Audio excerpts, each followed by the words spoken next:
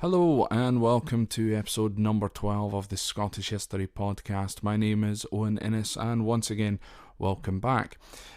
If, however, you are with us for the first time, I do recommend that you go back to the beginning and start from there. We are at a stage where we are not halfway through, but we have started a story, and as we go along, we're going to continue until we reach the end, which is going to be probably still about 2, 3, 4 weeks away before we get to the end of this particular story. But this week marks the 274th anniversary of the Battle of Culloden, and that's what we're going to focus on today. Again, I've got quite a number of pages of notes here to help me out. However, how long this will last for, I don't know. So, in the last episode, we left off with the Jacobites trying to gain control over Stirling Castle, which ultimately failed. Bonnie Prince Charlie ignoring the advice of Lord George Murray. So, basically, from there, they headed into the north of Scotland. And we're just going to pick things up on the 15th of April, 1746. So on the 15th of April 1746, it is the 25th birthday of the Duke of Cumberland.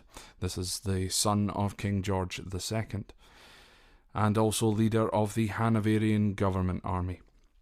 They are garrisoned overnight at Nairn, which is around 12 miles outside of Inverness. That evening, Cumberland awards his soldiers with 2 gallons of brandy for every regiment, and of course they began to drink it.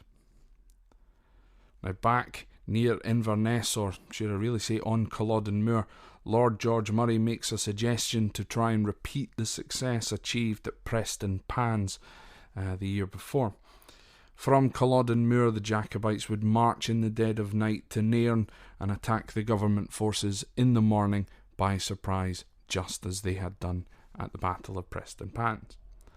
However, after getting lost in the dark and still being 2 miles away from Nairn by the break of dawn, the tired, cold and hungry Jacobites headed the 10 miles back to Culloden Moor. By the time the Jacobites got back, there wasn't much time left before an officer of the chief of Lochiel's men, who had incidentally fallen asleep in the woods instead of contributing to the march, arrived and reported that Cumberland and his men were approaching. By this point, a large number of Jacobite soldiers had actually dispersed, mainly to find food, and others were found sleeping in nearby trenches and outbuildings. It is understood that hundreds of these soldiers missed the battle entirely. So the 16th of April 1746, that's when the battle takes place. Sleet was starting to swirl around the high ground at Culloden Moor. Journalists, artists and even school children playing truant came to watch the battle unfold. At approximately 11 a.m. to the east side of the moor lined Cumberland and 8,000 of his men. To the west, Bonnie Prince Charlie and around 5,000 Jacobites lined up. The battlefield played heavily into the government's hands, as the ground was wet and marsh-like. This meant that the Jacobites' famous Highland charge would be rather ineffective, as it would be difficult to charge properly and at pace. The battle began with the Jacobites firing a number of ineffective cannon shots at the government forces. The government forces responded with artillery shots of their own, which started to pick off members of the Jacobite front line from long range. Eventually, Bonnie Prince Charlie called for the Jacobite army to charge. Some of the Jacobites managed to reach the government front line, who were now equipped with bayonets for the first time. This was to obviously defend them against the Jacobites. Cumberland and other government officers had worked out an easy and effective defence against the charging Highlanders. The government forces were advised not to attack the Jacobite soldier coming straight toward them, but the soldier to their right-hand side, as in to the government soldier's right-hand side. As when the Jacobite soldier raised their sword high to strike, the soldier's entire left side would be left completely exposed, and the government soldier simply had to stab their bayonet into the unprotected Jacobite soldiers' side. Very quickly, the main Jacobite regiment started to fall. The left wing of attack had completely collapsed, and Lord Murray then ordered the reserve French regiments to begin firing upon the government army. Shortly after, Murray called these regiments to retreat. However, half of this French regiment was ambushed by a government militia led by Captain Colin Campbell of Ballamore, which had been positioned in a walled enclosure nearby. The French regiments were now pushed into the open battlefield where they put up a fight, but ultimately they started to retreat. This stand by the French regiments allowed Bonnie Prince Charlie and the other officers time to escape. The retreating lowland regiments of the Jacobite army mainly headed towards Reuven Barracks, which is just outside of Kingussie, and the rest headed into the Great Glen towards Fort Augustus. Reuven Barracks is actually still standing. It was built by the Hanoverian government forces as a barracks and a way of being able to police the Highlands and trying to police these Jacobites. The problem is about 2 years after it was built, the Jacobites took it over, and it wasn't until after Culloden that it came back into the hands of the government soldiers. Incidentally as well, standing on that particular hill, as it's a ruined barracks on top of a hill, before the barracks were there was a castle there, and one of our protagonists or heroes or whatever from one of our previous stories in a previous episode, William Wallace and his partner in crime, Andrew Murray, they took over that castle as well, just as a little incidental there. Cumberland then ordered his soldiers to show no quarter to any Jacobite soldiers or sympathisers that they would come across. Every single one of them would die, even if it was just simply a sprained ankle lying on the ground. They would all be killed in their path. This call earned the Duke of Cumberland the nickname as the Butcher of Cumberland by the Jacobites. And even if you just go on Google and search Butcher of Cumberland, you'll find him. Incidentally, once again, another incidental, this Cumberland, you might have heard of Cumberland sausage. This is named after the Butcher of Cumberland. The Battle of Culloden was the last battle to be fought on British soil. It claimed the lives of around 1,500 Jacobites and 50 government forces. Now, to be clear here, not 50,000, 50. The battle lasted for around 40 minutes, but the aftermath of this loss for the Jacobites can still be felt in Scotland, and especially in the Highlands, some 274 years later. If you ever do get the opportunity to visit the Culloden battlefield, and I highly suggest that you do if you're from Scotland and you've never been there. If you're from outside Scotland, once this whole COVID-19 thing is finished and you plan on coming across to Scotland, there is one place, not only, but one major place I would suggest that you head to. If you can't get anywhere else, go to Culloden. It is a fantastic exhibition that you get there. It's run by the National Trust of Scotland.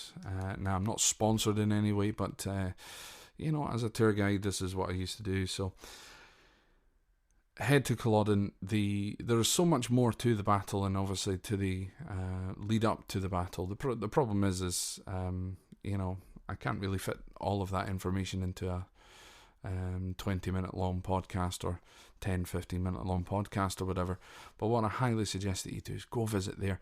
The exhibition is set out in a fantastic way. No matter how many times you go back, you will always find out something more. For example, the way the exhibition is set out, on one side of the room you've got the story of the Jacobites. On the other side of the room you've then got the story of the government forces. So you can either read just about the Jacobites by following, say it's the left hand side of the wall, or you can just read about the government forces side of things by only reading the boards on the right hand side. And I mean, it's a huge exhibit as well. It's not small. It is quite a significant exhibit. Or alternatively, you can do what I did, and that would be to kind of bounce around. And the timelines are very similar as well. Loads of amazing artifacts that were found. There's some other Jacobite style museums as well. One that I would recommend is the Cameron Museum. So the Museum of the Clan Cameron, which is just outside of Fort William. Great views of Ben Nevis from there if it's a nice clear day. And in there they've got some of Bonnie Prince Charlie's old outfits and things. But Culloden Battlefield, I cannot recommend it enough. Even just to walk around the battlefield will probably take you about anywhere between an hour to an hour and a half just to walk around the battlefield. It is just an awe-inspiring place, and it really hits home when you see it for yourself. So anyway, that's it for episode number 12. There is a bonus episode which is coming up probably straight after this one. I'm probably going to upload both of them at the same time. But just a reminder, folks, we've got the Patreon page. Thank you very much to the new patrons on there. If you head to patreon.com, that's Patreon, patreon.com/Scott History Pod, all one word. You'll see that there aren't many patrons, but there's enough there to now start paying for the production of the podcast. So I thank you all very, very much. There is a £1 per month option and a £3 per month option. Please do not feel obligated whatsoever to go for the £3 if you can spare £1 a month, of which I'll see maybe 60 or 70 pence or so. But even that adds on, and it all adds up at the end of the day. So again, thank you to all of those people who have signed up. It is very much appreciated. Again, on our on your podcast website, so or podcast players such as Apple Podcasts, if you could take a moment out, if you're listening to this on Apple Podcasts, take a moment out and please rate the podcast and put a review up there. Obviously, the more reviews and things, it gets onto the podcast pages, and then hopefully we can get some new listeners that way. Alternatively, obviously, share it with your friends. Spotify, Facebook. For Facebook, just search in your search bar the Scottish History Podcast. Twitter, it's the handle is @ScottHistoryPod. And of course, we've got Gmail, so scotthistorypod@gmail.com. And we're also still uploading onto YouTube. YouTube is, I'm guessing it'll be youtube.com/ScottHistoryPod. There I've got a playlist of near enough every single episode. Episode number 3, I think, is where we start from on there. So 1, 2, and I think bonus episode number 1 are not uploaded on Facebook because they were recorded on an old computer which died. So unfortunately I can't do that. Anyway, folks, enjoy the rest of your week. Again, sorry that it's short, and hopefully though it's concise, and look forward to speaking to you again next week. But remember that there is a bonus episode following this one. So once again, thank you very much. Any questions, again, please keep firing them across. I've received some amazing Facebook messages and emails and things like that this week. There's a couple of things which I will be covering.